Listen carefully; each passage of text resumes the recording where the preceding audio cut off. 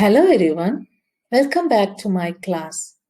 Last classல prepositions part 1 in, on, அட்டோட usage பார்த்தோம். இந்த கிளாஸ்ல அதோட தொடர்ச்சியா part 2 prepositions பார்க்கலாம் வாங்க. Prepositions part 2 prepositionsல ரெண்டு prepositionsக்குள்ள வித்தியாசங்களை பார்க்க போறோம். First, beside and besides. Beside அப்படின்றது பக்கத்தில், அடுத்து அப்படின்றத குறிப்பிடுறதுக்கு பயன்படுத்தணும். அதே இது besides அப்படின்றத நம்ம கூடுதலாக ஒரு விஷயங்களை சொல்றதுக்காக, எனக்கு ஒரு விஷயம் அதிகமா தெரியும், இது கூட இன்னொரு விஷயம் தெரியும் அப்படின்னு சொல்றதுக்காக பயன்படுத்துறது. எக்ஸாம்பிள்ஸோட பார்க்கலாம். beside. We built a house beside the factory. இந்த வாக்கியத்துல பாத்தீங்கன்னா நாங்கள் எங்கள் வீட்டை ஃபேக்டரிக்கு பக்கத்தில் கட்டினோம் அப்படின்னு சொல்றாங்க. beside பக்கத்தில் அப்படின்றத பயன்படுத்தியிருக்கு. அடுத்த வாக்கியத்துல the child walked beside her mother. ஒரு குழந்தை அவங்க அம்மா பக்கத்துல நடந்து போகுது அப்படின்னு beside யூஸ் பண்ணிருக்கு. அடுத்தது besides. Examples: I speak English besides Tamil. இங்க தமிழ் கூட இங்கிலீஷும் நான் பேசுவேன் அப்படின்னு சொல்லியிருக்கு. அடுத்தது besides அப்படின்றது யூஸ் பண்ணியிருக்கு. அடுத்தது what do you want beside your salary? உன் salary கூட உனக்கு கூடுதலா என்ன வேணும் அப்படின்னு கேட்டிருக்கு. ஸோ besides அப்படின்னு யூஸ் பண்ணியிருக்கு. அடுத்ததா since, for. இது ரெண்டுத்துக்கும் இருக்கிற வித்தியாசத்தை பார்க்கலாம். இது ரெண்டுமே நேரத்தை பத்தி தான் குறிப்பிடுது. ஆனா இந்த சின்ஸ் நடந்து முடிந்தது, பாஸ்ட பத்தி டைமையும், ஃபார் ப்ரெசண்ட்டும் ப்ரெசன்ட் பர்ஃபெக்ட்லயும் இருக்கிறத பத்தி குறிப்பிடுது. அதாவது ஃபார் ப்ரெசன்ட் அப்படின்னா நிழல் காலம் தெரியும், ப்ரெசன்ட் பர்ஃபெக்ட் அப்படின்னா ஹேஸ், ஹேவ் அந்த மாதிரி இருக்கிறத குறிப்பிடுச்சுல, ஆக்சிலரி வேர்பை யூஸ் பண்ணுச்சுல நேரத்தை பத்தி குறிப்பிடுது. எக்ஸாம்பிள்ஸோட பார்க்கலாம். Since, we have been here since 4 o'clock. இங்க பாத்தீங்கன்னா இந்த விஷயம் நடந்து முடிஞ்சிருக்கு. சின்ஸ் எப்பத்துல இருந்து வெயிட் பண்ணிட்டு இருக்காங்க அப்படின்னா பாஸ்ட்ல இருந்து, அதாவது 4 o'clockல இருந்து நான் வெயிட் பண்ணிட்டு இருக்கேன் அப்படின்றத சொல்றாங்க. பாஸ்ட்ல இந்த சேல் நடந்திருக்கு இல்லையா அது. அடுத்தது I have been working in this office since 1990. இதுல பாத்தீங்கன்னா வருஷம் குறிப்பிட்டிருக்கு. அதாவது இந்த ஆபீஸ்ல நான் ஒர்க் பண்ணிக்கிட்டு இருக்கேன் எப்பத்துல இருந்து, 1990ல இருந்து. ஸோ பாஸ்ட்ல இருந்து இந்த ஆக்ஷன் நடந்துட்டு இருக்கு. இந்த மாதிரி இதுக்கெல்லாம் சின்ஸ் அப்படின்றத யூஸ் பண்ணணும். அடுத்தது for. Examples: we have stayed here for 2 weeks. இந்த வாக்கியத்தை பாத்தீங்கன்னா ஒரு இடத்துல இருந்து அந்த இடத்த பார்த்துட்டு அப்போ ஞாபகம் வருது. அப்போ சொல்றாங்க இந்த இடத்துல நாங்க 2 வாரம் ஏற்கனவே தங்கி இருக்கோம் அப்படின்னு அந்த ப்ரெசன்ட் நிலைமையை சொல்றாங்க. ஸோ அந்த ப்ரெசண்ட்டை பத்தி பேசுறதுனால 2 weeks அப்படின்னு இருக்கு இல்லையா, அதனால வீக்ஸை பத்தி பேசுச்சுல முன்னாடி ஃபார் அப்படின்றது தான் யூஸ் பண்ணணும் டைம்ல. அடுத்தது he has been sleeping for nearly 4 hours. அதாவது ஒருத்தர் தூங்கிக்கிட்டு இருக்காரு, அவன் 4 மணி நேரமா தூங்கிக்கிட்டு இருக்கான், இன்னும் அந்த செயல் ப்ரெசன்ட்ல நடந்துட்டு இருக்கு. ஸோ அதனால அதுக்கு ஃபார் அப்படின்னு யூஸ் பண்ணியிருக்கு. அடுத்த வாக்கியம் I shall stay here for 2 weeks. அதாவது நான் ஒரு இடத்துல இருக்கேன், அங்க அந்த இடத்த பார்த்துட்டு நான் இந்த இடத்துல 2 வாரங்கள் தங்குவேன் அப்படின்னு ப்ரெசன்ட்ல பேசுறதுக்காக யூஸ் பண்றதுக்கு ஃபார் யூஸ் பண்ணியிருக்கேன் இந்த ஸ்டேட்மெண்ட்ல. For 2 weeks. இப்போ ஜென்ரலா இந்த ரெண்டு இதுலயும் பாத்தீங்கன்னா வித்தியாசத்தை, சின்ஸ் டைம் பத்தி பேசும்ல 4 o'clock, அந்த மாதிரி இயர் பத்தி பேசும்ல முடிஞ்ச டைமையோ இயரையோ பேசும்ல நம்ம யூஸ் பண்ணியிருக்கோம். ஃபார் 2 weeks, 4 hours, 2 hours அந்த மாதிரி யூஸ் பண்ணும்ல நம்ம பயன்படுத்தி இருக்காங்க. அதுதான் நம்ம பார்க்க போறது among, between. among நிறைய மனிதர்கள் இல்லைன்னா பொருட்களை பத்தி குறிப்பிடும்போது பயன்படுத்தணும். பிட்வீன் அப்படின்றது 2 நபரையோ இல்ல 2 பொருளை பத்தி குறிப்பிடும் பட்சத்துல பயன்படுத்தணும். எக்ஸாம்பிள்ஸோட பார்க்கலாம். among. Divide the property among 4 sons. இங்க பாத்தீங்கன்னா 4 sons அப்படின்னு இந்த வாக்கியத்துல இருக்கு. 4 அப்படின்றது வந்து குரூப் இல்லையா? சோ அதனால among சொத்துக்களை 4 பேருக்குள்ள பிரிச்சுக்கணும் அப்படின்னு சொல்றேன். among அவங்களுக்குள்ள அப்படின்னு யூஸ் பண்றது. அடுத்த வாக்கியத்துல பாத்தீங்கன்னா they have friendship among themselves.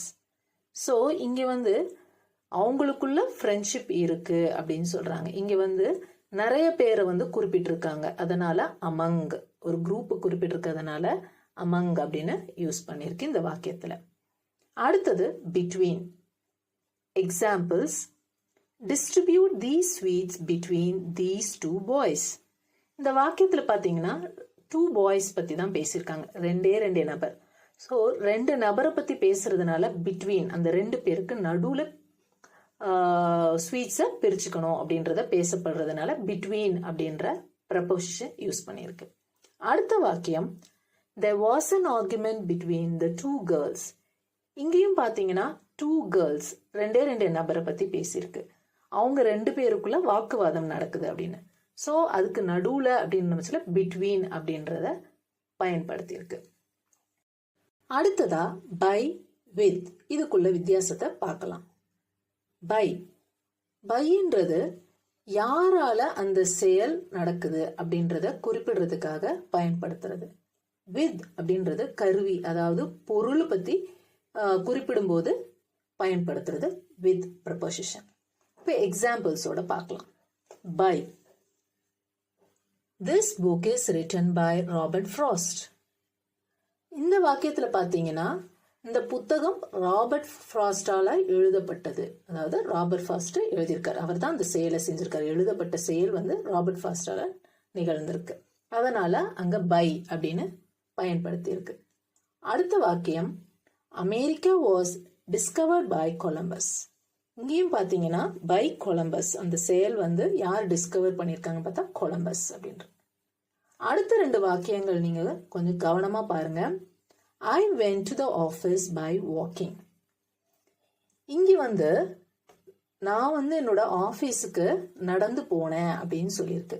இப்போ நடந்து போனேன்னு சொல்லமுச்சுல அந்த நிகழ்வு வந்து சொல்லமுச்சுல பை யூஸ் பண்ணியிருக்கு. அதே வாக்கியம் 2வதுல பாருங்க, I went to the office on foot. இப்போ வாக்கிங் அப்படின்னு நம்ம யூஸ் பண்ணமுச்சுல பை போட்டோம். ஆனா அந்த வாக்கிங்க்கு பதிலா ஃபுட் அப்படின்னு பயன்படுத்தும் போது அதுக்கு நிகரா ஆன் போடணும். நம்ம ஃபுட் அப்படின்னாலே அதுக்கு முன்னாடி ஆன் தான் வரும்.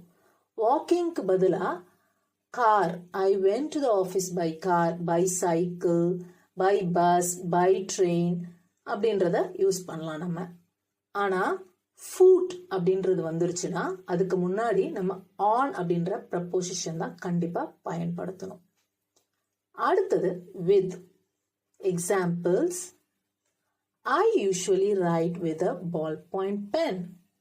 இங்க பாத்தீங்கன்னா ஒரு செயல் நடந்திருக்கு, ஆனா அந்த செயல் வந்து ஒரு பொருளால, அதாவது ஒரு கருவியால நடத்தப்பட்டிருக்கு. அதாவது எதை வச்சு எழுதியிருக்காங்க, பால் பாயிண்ட் பென். அது வந்து ஒரு கருவி, உயிர் இல்லை இல்லையா? அதனால அதுக்கு முன்னாடி என்ன யூஸ் பண்ணியிருக்கோம், with அப்படின்னு யூஸ் பண்ணியிருக்கு. அடுத்தது இன்னொரு எக்ஸாம்பிள் பாருங்க. அதுல வந்து பையும் இருக்கு, வித்தும் இருக்கு. அதை எப்படி யூஸ் பண்ணிருக்குன்னு பார்க்கலாம். The essay was written by students with their pens. இங்க பாத்தீங்கன்னா அந்த எஸ்ஸே வந்து ஸ்டூடெண்ட்ஸ் எழுதியிருக்காங்க. யாரால அந்த செயல் நடந்துபட்டிருக்குன்னா ஸ்டூடெண்ட்ஸ், பை யூஸ் பண்ணியிருக்கு. அதே இது எதை வச்சு அப்படின்னா எந்த கருவி அப்படின்னு பாத்தீங்கன்னா with அப்படின்னு பயன்படுத்தி இருக்கு. ஸோ இதுதான் வந்து பை வித் ப்ரப்போசிஷனோட வித்தியாசங்கள். நம்ம இன் அட்டுக்குள்ள வித்தியாசத்தை பார்க்கலாம். இன் அப்படின்றது பெரிய places, countries, cities and towns குறிப்பிடும் போது அதுக்கு முன்னாடி பயன்படுத்தணும். அதே இது அட்டு வந்து ஸ்மால் டவுன்ஸ் அண்ட் வில்லேஜஸ் பத்தி குறிப்பிடும் போது அதுக்கு முன்னாடி பயன்படுத்தணும். எக்ஸாம்பிள்ஸோட பார்க்கலாம். In, Taj Mahal is located in New Delhi. இங்க நியூ டெல்லி அப்படின்றது ஸ்டேட் அண்ட் அது ஒரு கேபிட்டல். ஸோ அதுக்கு முன்னாடி இன்ன வந்து குறிப்பிட்டிருக்கு. அடுத்தது at. Example, the bus stops at Mylapore. Mylapore அப்படின்றது ஸ்மால் டவுன், அதனால அதுக்கு முன்னாடி அட்டை குறிப்பிட்டிருக்கு. இப்போ நம்ம ஒரு எக்ஸாம்பிள் பார்க்கலாம். அதுல வந்து அட் இன்னும் ரெண்டும் சேர்ந்து வந்திருக்க மாதிரி. He was born at Araku in Visakhapatnam. இந்த வாக்கியத்துல பாத்தீங்கன்னா அரக்கு அப்படின்றது சின்ன பிளேஸ், அதனால அதுக்கு முன்னாடி அட் அப்படின்றது யூஸ் பண்ணிருக்கு. விசாகப்பட்டினம் அப்படின்றது சிட்டி, பெரிய சிட்டி, அதனால அதுக்கு முன்னாடி இன் யூஸ் பண்ணிருக்கு. அடுத்தது ஆன் அப்பான் உள்ள வித்தியாசத்தை பார்க்கலாம். ஆன் வந்து ஒரு மனிதரோ ஒரு பொருளோ எதற்கு மேலேயாவது அசைவில்லாம ஒரே நிலையில இருக்கிறத பத்தி குறிப்பிடும் போது பயன்படுத்தணும். அதே இது அப்பான் அப்படின்றது ஒரு மனிதரோ ஒரு பொருளோ வந்து எதற்கு மேலேயாவது இருக்கும்போது, அப்போ வந்து அசைவோடு, அதாவது ஒரு மூமெண்ட் நடந்துட்டு இருக்கும் போது பயன்படுத்தப்படணும். Example on. Padma was on the dais. இந்த வாக்கியத்துல பாத்தீங்கன்னா பத்மா வந்து டயஸ் மேல இருக்காங்க, அசைவில்லாம நிக்கிறாங்க அப்படின்றத சொல்லியிருக்கு, ஒரு நிலையில இருக்காங்க. அடுத்தது upon. He jump upon the wall. இங்க அவன் வந்து வால் மேல ஜம்ப் பண்ணா அப்படின்னு சொல்றாங்க. இங்க வந்து அவன் வந்து ஒரு மூமெண்ட், அதாவது அசைவு நிகழ்ந்து கொண்டிருக்குது, ஜம்ப் அப்படின்றது, அதனால அங்க அப்பான் அப்படின்றத பயன்படுத்தி இருக்கு. அடுத்தது இன் இன்டு வித்தியாசம் பார்க்கலாம். இன் அப்படின்றது வந்து ஒரு மனிதரோ பொருளோ வந்து உள்ளே இருக்காங்க, எதுக்குள்ளேயாவது ஒரு ரூம்குள்ளேயோ மனிதன் இருக்கிற மாதிரி, ஒரு பாக்ஸுக்குள்ள ஒரு பொருள் இருக்கிற மாதிரி குறிப்பிடுறது.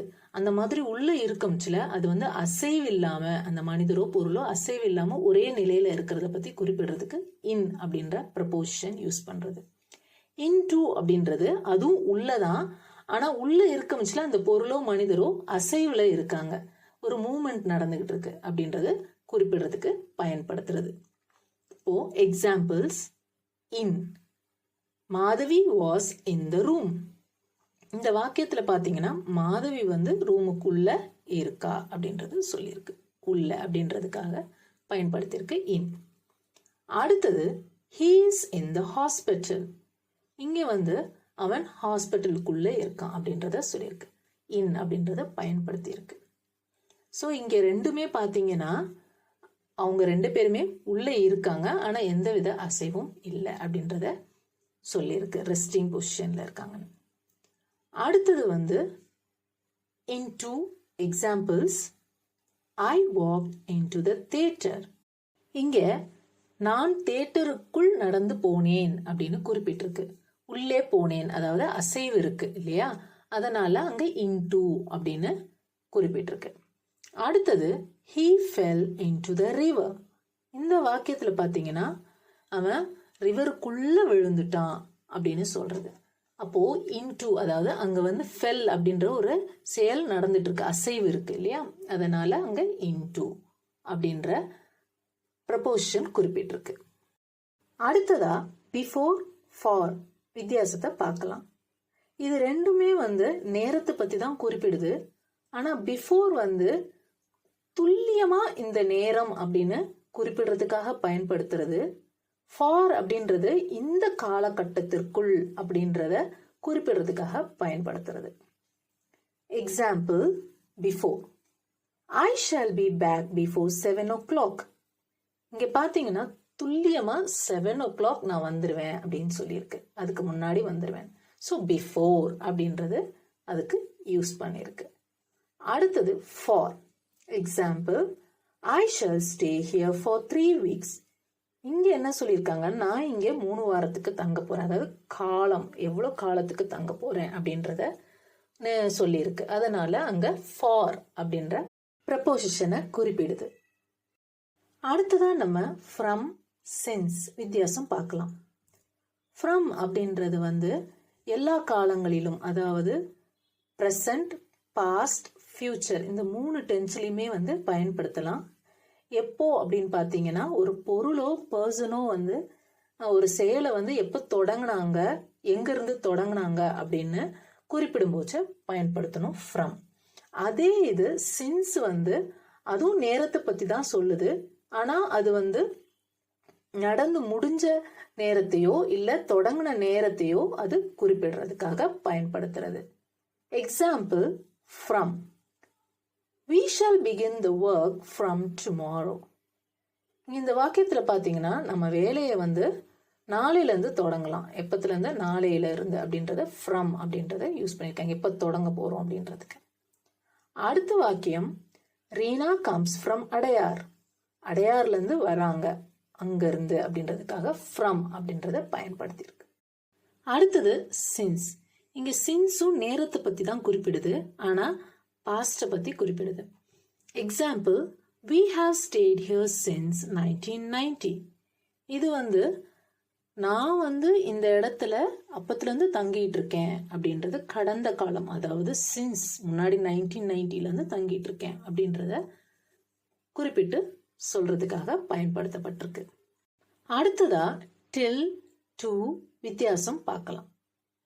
டில் அப்படின்றது வந்து நேரத்தை குறிப்பிடுறதுக்காக, அதாவது அதுவரை அப்படின்னு குறிப்பிடுறதுக்காக, ஒரு செயல் வந்து இதுவரைக்கும் நடந்தது அப்படின்னு குறிப்பிடுறதுக்காக பயன்படுத்துறது. அதே இது டு வந்து ஒரு பொருளோ மனிதரோ ஒரு இடத்திற்கு போய் அடையிறது, சென்று அடையிறத குறிப்பிடுறதுக்காக பயன்படுத்துறது. Example, till. I waited for Madhavi till 4 o'clock. இந்த வாக்கியத்துல பாத்தீங்கன்னா நான் மாதவிக்காக 4 மணி வரைக்கும் வெயிட் பண்ணேன். அது வரைக்கும் நான் வெயிட் பண்ணேன். till அப்படின்னு யூஸ் பண்ணியிருக்கேன். அடுத்ததுல பாத்தீங்கன்னா I waited till Sunday. நான் சண்டே வரைக்கும் வெயிட் பண்ணேன். இப்போ அது வரைக்கும் அப்படின்னு till யூஸ் பண்ணியிருக்கேன் சண்டேக்கு முன்னாடி. அடுத்தது to. Examples, they went to the market. இந்த வாக்கியத்துல பாத்தீங்கன்னா அவர்கள் மார்க்கெட்டுக்கு சென்றார்கள். எங்க சென்றார்கள் பாத்தீங்கன்னா மார்க்கெட் அப்படின்ற இடத்தை பத்தி பேசியிருக்கு, அங்க சென்று அடையிற இடம். அதனால அங்க to அப்படின்ற ப்ரப்போசிஷன் பயன்படுத்தியிருக்கு. அடுத்த வாக்கியம், I went to the state bank. நான் ஸ்டேட் பேங்க்குக்கு போனேன் அப்படின்னு சொல்லியிருக்கு. அப்போ இங்க வந்து ஸ்டேட் பேங்க் அப்படின்றது ஒரு இடம், அந்த இடத்துக்கு முன்னாடி to அப்படின்றத பயன்படுத்தி இருக்கு. அடுத்த எக்ஸாம்பிள்ல பாத்தீங்கன்னா 2 ப்ரப்போசிஷன்ஸ் யூஸ் பண்ணிருக்கு. Example, the program will be held from 9 AM to 12 PM. இங்க வந்து பாத்தீங்கன்னா ஒரு ப்ரோக்ராம் எப்ப தொடங்கிச்சு அப்படின்னு சொல்லச்சுல from அப்படின்ற ப்ரப்போசிஷன் யூஸ் பண்ணிருக்கு. அதே இது எப்போ முடிஞ்சது அப்படின்றத சொல்றதுக்காக to அப்படின்ற ப்ரப்போசிஷன் குறிப்பிட்டிருக்கு. ஸோ ஒரு செயல் எப்போ முடியுது அப்படின்றத நம்ம குறிப்பிடுறதுக்காகவும் to அப்படின்ற ப்ரப்போசிஷன் யூஸ் பண்ணலாம். ஸோ இந்த கிளாஸ்ல ப்ரப்போசிஷன்ஸ்குள்ள இருக்கிற வித்தியாசங்களை நம்ம பார்த்தாச்சு. இது நிச்சயமா உங்களுக்கு பயனுள்ளதா இருந்திருக்கும். அடுத்த கிளாஸ்ல இன்னொரு இன்ட்ரெஸ்டிங் டாபிக் எடுத்துட்டு வந்து மீட் பண்றேன். Until then, take care. Bye bye. See you.